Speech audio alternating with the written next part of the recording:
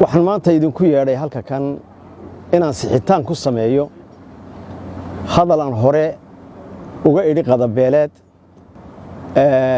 runtii waxaan ka xumahay in loo jeediyey hadalkaygii meel aanu gogoldhiciisu ahayn, meel aanan u jeedin in loo jeediyey ama la siyaasadeeyey hadalkaygii. haddaan intaa ka gudbo, anugu halkan waxaan u imi nabad iyo inaan cid nabadeeyo iyo inaan isu soo dhoweeyo oo walaaleeyo, inaan shacbiga kala fogeeyo ama shacbi dhibaateeyo ama cidi dareen iga qaadato umaan iman. waana ka xumahay in hadalkii si kale loo jeediyey. dhaqankayga aniga waa la yaqaanaa, waa nabad iyo isu soo dhoweyn weeye. waana wixii aan dhaqanka u nafarayey iyo islaamnimadu ay nafaraysay.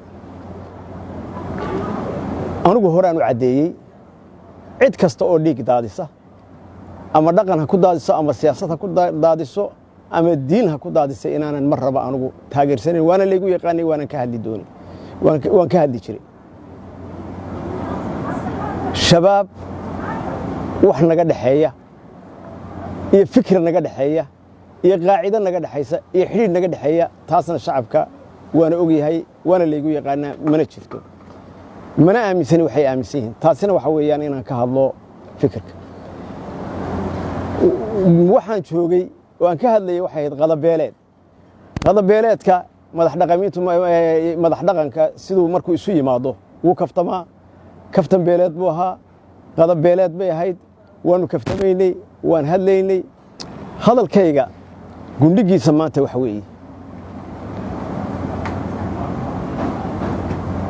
wax alla wixii dad ehel ahaa ee dhibaato mabaadi' loogu geystay, mid diineed loogu geystay, fikir cidi aaminsan tahay oo aanan aaminsanayn loogu geystay, qarax lagu sameeyey, la dhibay, aad iyo aad baan uga xumahay. hadalkaygaasi muu ahayn dhiirigelin aan dhiirigelinayo mabaadida aan u aqaano inay mutadarrifinimo tahay, inaanay sax ahayn aan u aqaano inaan dhiirigelinayo maaha. xaasha, sidaa may ahayn. waan ka xumahay rag siyaasiyiin oo aniga beeshayda ahaa oo wasiirra ahaa oo aniga iigu yimi inay iskay garab taagaan oo isoo dhoweeyaan, in soo dhoweyntoodii lagu xagaagtay. hadalka aan odhanayey miday ila lahaayeen ma ahayn. wasiirrada iyo siyaasiyiinta meesha joogtay kaftan bay ahayd, kaftan qadabeeleeda bay ahayd oo la yaqaano, cid walba garan karto. wixii iga keenayna waan sheegay. waxaan kaloo aad uga xumahay in lagu xago ama lagu janjeeriyo dadkii daxiyada ahaa ama dhibanaha u ahaa dhacdooyinkii dhacay istaba joogga ahaa inaan raalli ka ahay. taasina ma jirto, raallina kama ihi, waana caddaynaya si ka leerin. haddii loo qaatay inaan anigu dawlad aaminsanahay, shabaab anigu dawlad uma aqaano, uma aaminsani.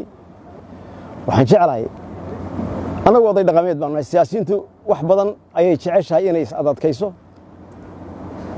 shacbigii waxaan arkayay miidiya in la kiciyey, in la leeyahay nin dhiiggii dadka ku raaxaysanaya magaalada yimi. waxaan ka xumahay beelihii iyo dadkii soo dhoweeyey ee sida milgaha iyo maamuuska loo soo dhoweeyey ee aniga sharafta iyo milgaha ila dhinac taagnaa,